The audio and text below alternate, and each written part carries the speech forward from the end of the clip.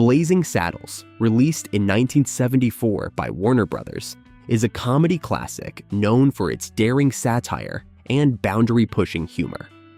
Directed by Mel Brooks, the film shattered norms and tackled sensitive issues, earning its place as a milestone in comedy cinema. But did you know that one of its most memorable lines was never meant to be? Here's a closer look at the stories behind this iconic film. Mel Brooks' real-life inspiration. Mel Brooks brought a lot of his personal experiences into Blazing Saddles.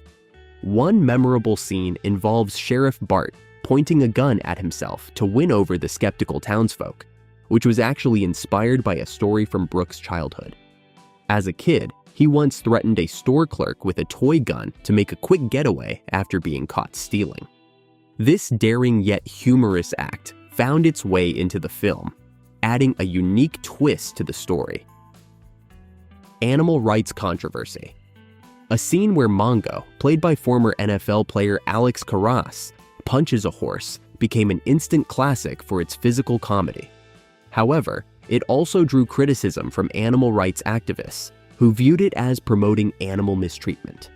The production team clarified that the horses were specially trained for such stunts, and no animals were harmed during filming. Despite the backlash, the scene stayed in the film and became a standout moment of its slapstick style. Casting challenges: Pryor and Little. Mel Brooks had initially hoped to cast Richard Pryor as Sheriff Bart, confident in his comedic talent. However, concerns about Pryor's history with substance abuse led the studio to push for a different choice. Cleveland Little was eventually selected, and his charismatic performance as Bart won over both Mel Brooks and audiences. Little's sharp comedic skills added depth to the character, proving that the studio's decision was a successful one. A risky production. Blazing Saddles faced many hurdles during production. Warner Brothers was skeptical about the film's potential, especially given its provocative content, which included racial humor, toilet jokes, and criticisms of traditional Western themes. The executives were particularly uneasy about scenes like the bean scene and Bart's interactions with the townsfolk. Nevertheless, Mel Brooks remained true to his vision, only cutting one scene despite the pressure. In the end, the film's success proved that comedy could challenge norms and still connect with viewers. Slim Pickens' method acting. Slim Pickens, who portrayed Taggart, brought authenticity to his role through method acting. To fully embrace his character, a rough-edged gang leader, Pickens chose to sleep outside during filming, with only his Winchester rifle by his side. This dedication added a rugged realism to Taggart, with his scenes blending humor and authenticity that matched Brooks' vision. From Black Bart to Blazing Saddles. Choosing a title for the movie proved difficult. The writers initially considered 10X as a nod to Malcolm X, then switched to Black Bart, but neither felt quite right. The final title, Blazing Saddles, came to Mel Brooks during a shower, and his wife's enthusiastic response confirmed it. This catchy title quickly became synonymous with the film, representing a groundbreaking comedy that redefined the Western genre. Gene Wilder's unplanned role as the Waco Kid. Casting the role of the Waco Kid turned out to be a challenge. After Johnny Carson declined the role, the studio cast Gig Young. Unfortunately, Young's struggles with alcoholism affected his ability to perform, leading Brooks to turn to his old friend, Gene Wilder. Wilder stepped in without missing a beat, delivering a performance that mixed dry humor with his signature charm.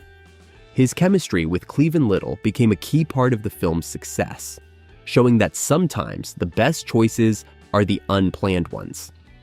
Hey, Golden Throwback fans, ready to take a trip down memory lane? Perfect Fifth has you covered with graphic tees that celebrate the music you love. Check out this cassette-era design, a tribute to those mixtape days. Or vibe with Melting Vinyl Sunset, bringing back the golden age of records. And, for the Patriots, Stars, Stripes, and Strings, combines music and Americana in a style all your own. Get it for yourself or as the perfect gift for the music lover in your life. And right now, Get 30% off your order with code THROWBACK30 at checkout. Click the link in the description to shop now. Perfect fifth. Wear the rhythm. Relive the moments. Controversial humor and timeless impact. Blazing Saddles' use of racial humor and bold jokes stirred controversy, even in the 1970s.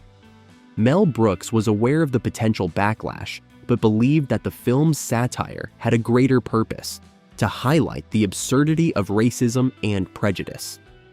He recognized that today's audience might view the content differently, but he remains proud of the risks he took, maintaining that the film's sharp humor and social message continue to hold significance. The John Wayne cameo that never happened.